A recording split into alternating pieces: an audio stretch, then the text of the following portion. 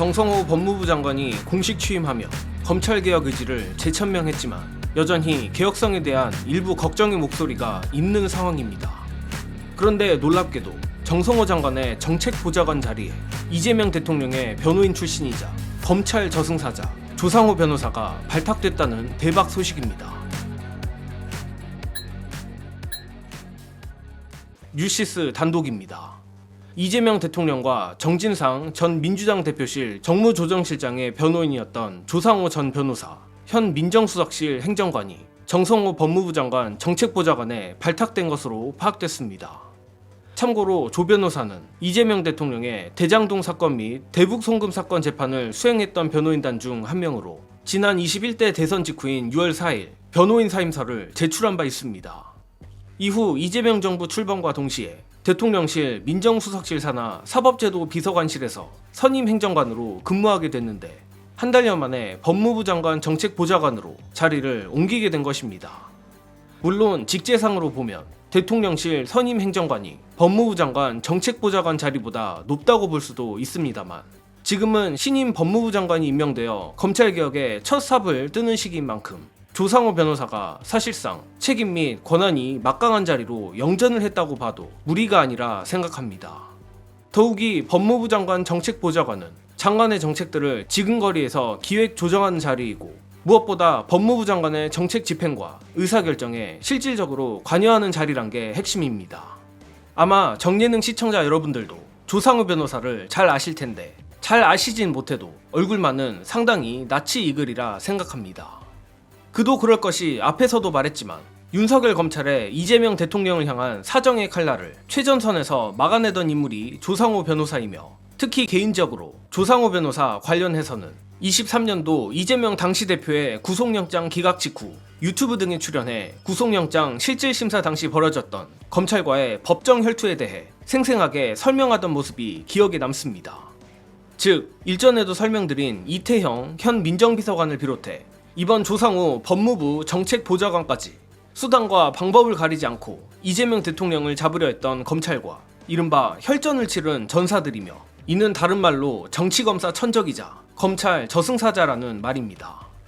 그렇게 바로 이러한 이력이 이번 법무부 장관 정책보좌관으로 가게 된 핵심 이유가 아닐까 생각하고 추가로 모두에서도 말했듯 여전히 일부 민주시민들 사이에서 정성호 장관 관련 개혁성에 대한 걱정이 있는데 검찰 저승사자 조상호 변호사를 정성호 장관 오른팔에 배치함으로써 이러한 우려까지 불식시키려는 의도 같습니다. 오죽하면 조선일보에서 이번 인사를 두고 법무부 안팎에서 정성호 장관과 조상호 정책보좌관이 검찰개혁을 더욱 강하게 밀어붙일 거라는 우려가 나온다고 기사를 내는 등 저들의 반응만 봐도 이번 인사는 대성공이 아닌가 싶습니다. 더불어 앞으로 검찰 저승사자 조상호 보좌관의 보좌를 받게 될 정성호 장관도 그간 우려에 비해 어제 첫 스타트를 아주 훌륭하게 끊었다고 생각합니다.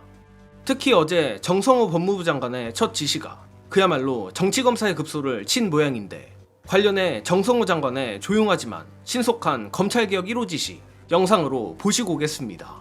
갑자기 법무부에서 연락이 오더라고. 기자들에게 문자를 보내왔어요. 깜짝 놀랐어. 이 정성호 장관이 취임 일성으로서 자기가 검사들의 이 공소권 남용에 대해서 끊어내겠다 얘기했잖아요. 첫 번째 지시를 내립니다. 검사들의 직무 대리를 모두 다 원대 복귀하라고 지시한 거예요. 이거 선생님들 이거 누구를 얘기하는 거냐? 이거 이 대통령 성남FC 사건과 관련된 거예요. 검사들이 파견에 꼼수를 쓰면서 계속해서 공소를 유지하고 있어요. 자기들이 기소한 사건에 대해서 이미 발령이 나가지고 다른 지역으로 옮겨졌는데 그 공소를 계속해서 유지하기 위해서 수사를 하고 기소한 검사가 파견 명령을 받아가지고 1일권으로 받아서 계속해서 올라오고 있어요. 문제는 뭐예요, 선생님들? 이 사건의 가장 큰 문제는 이 대통령 한 명을 잡기 위해서 거기에 따른 가지 사건들을 만든 거예요. 그 가지 사건들의 피고인으로 올라간 사람들이 성남FC의 직원들과 성남시청의 공무원들인 거예요. 검찰로부터 기소를 당하면 무죄를 받더라도 가장 큰 문제가 뭐냐면은 경제적으로 파탄이 나고 가정이 파탄나. 근데 정성호 장관이 오늘 야 너 원대 복귀해. 그러니 이게 얼마나 의미 있는 거겠어요.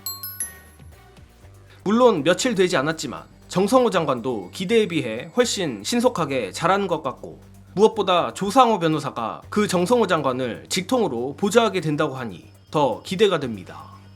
그러나 여전히 정신을 못 차린 정치검사들이 아직도 계기면 뭐라도 될 줄 아는 모양인지 오늘 장관의 지시를 멋대로 왜곡하고 성남FC 재판에 출석했다고 합니다. 이것만 봐도 역시 검찰개혁의 길에는 상상을 초월한 저항이 있으리라 예상되는데 아마도 저 비열한 검찰은 양면 전술을 쓰지 않을까 싶습니다. 예컨대 실무검사들은 법무부 지시 항명, 장관 주변의 검찰 출신들은 감언이설로 장관의 눈과 귀를 가려 검찰개혁을 무산시키려 할 것 같습니다. 당연히 정성호 장관이 국회의장까지 도전할 정도의 정치짬밥을 먹은 만큼 검찰의 회유에 넘어갈 사람은 아니지만 정권을 찬탈할 정도의 악랄한 조직이 검찰인 만큼 부디 초심을 잃지 않기를 바라고 또 조상호 보좌관도 정성호 장관이 검찰개혁에 성공할 수 있도록 최선을 다해주길 응원합니다. 이번 소식은 여기서 마칩니다. 영상 봐주신 여러분 감사합니다.